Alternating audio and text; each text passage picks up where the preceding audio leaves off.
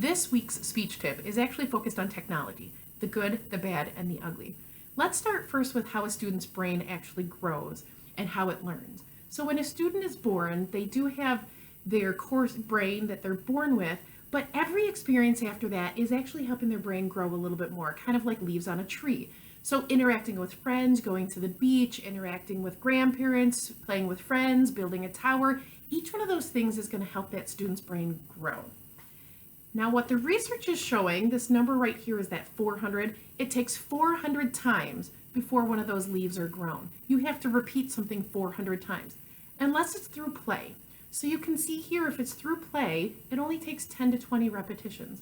So if you're exposed to something and you hear it or see it 400 times, that's when it grows. But if you create it through play, it actually takes less time for you to learn those same skills. So why is that important? One of the reasons that it is important is kids are missing out a lot of the play opportunities that they had years ago.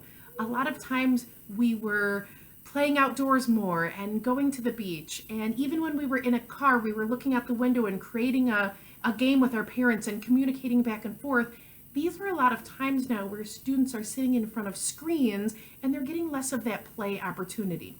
So what they're showing is with that lack of play opportunity, these technology pieces are actually leading to difficulties with student learning. So they did 200 different studies that showed too much technology is leading to aggression, more ADHD, more anxiety. You can see here a 49% chance of a risk for an expressive language delay for every 30 minutes that a toddler is on a screen time. So that's pretty significant.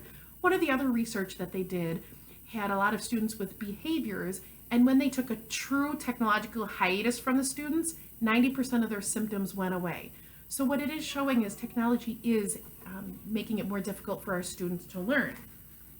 So when we're at home and we have the TV on in the background and the students are still able to play, when they're coming into the classroom, they're kind of hearing that teacher talk kind of in the background like the TV, and they're still playing. So there is some of that carryover with their difficulties in learning when they do come into the classroom. So what can you do at home?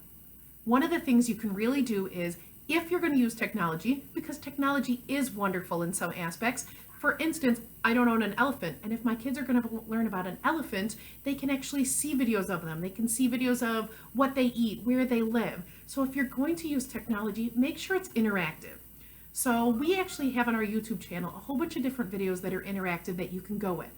So when the video says, everybody put your hands up, make your student put their hands up. And every time they say, oh Toodles and Mickey Mouse Clubhouse, you say it with them, oh Toodles, so that they can actually start to respond to that TV and become more interactive, so that when they get into a classroom, they are responding with that teacher and becoming more interactive there. The other thing you can do at home is use a timer. Limit how much technology that your student does have. So if you're going to set a timer for 15 minutes, when that timer is done, go ahead, take that technology away and give them an alternative activity, a book, a hands-on, a building, something where that play routine is going to be in there, so that their brain's going to learn after that 10 or 20 repetitions with play. And the other thing that we really have found is it's best not to give a student a device when they're frustrated, when they're upset. It might look like it calms them down because their body's not moving or they're not screaming anymore, but it really hasn't taken the anxiety or the problem away, because when you do take that iPad away or that iPhone away or that piece of technology away again, that behavior usually does start up again. So feel free, if you take a piece of technology away and your student has a challenge when it's taken away, tell them, oh, you know, it was a rough time taking away this time, you'll lose 5 minutes next time because of your behavior when it had to go away. So some of the other things that you do, that interactive videos at home with your kids, they have Go Noodle, which has a lot of videos that you can do back and forth with them. There's a lot of apps that are out there now that are more interactive. For instance, augmentative reality. Look at this one here where you can actually do the coloring pages and then take the iPad or the phone and put it over it. Quiver's a good example here, where you can actually make what they colored 3D. I have a lot of reluctant learners who don't necessarily want that paper and pencil task, so coloring's not their favorite, but they absolutely want to do it if it means it's going to become digital. So some of the other things that are out there they now have cars that have that stylus on the bottom of it, so the car becomes the interactive tool that they're using on the iPad, or they have little farm pieces where the animals move on the iPad and interact with that. So again, you're bringing more of that play-based into the technology that we're using. So we like to keep the word camps in mind. If you're going to use technology, see if you can put these 5 things into place: communication, academics, math, play, and being social.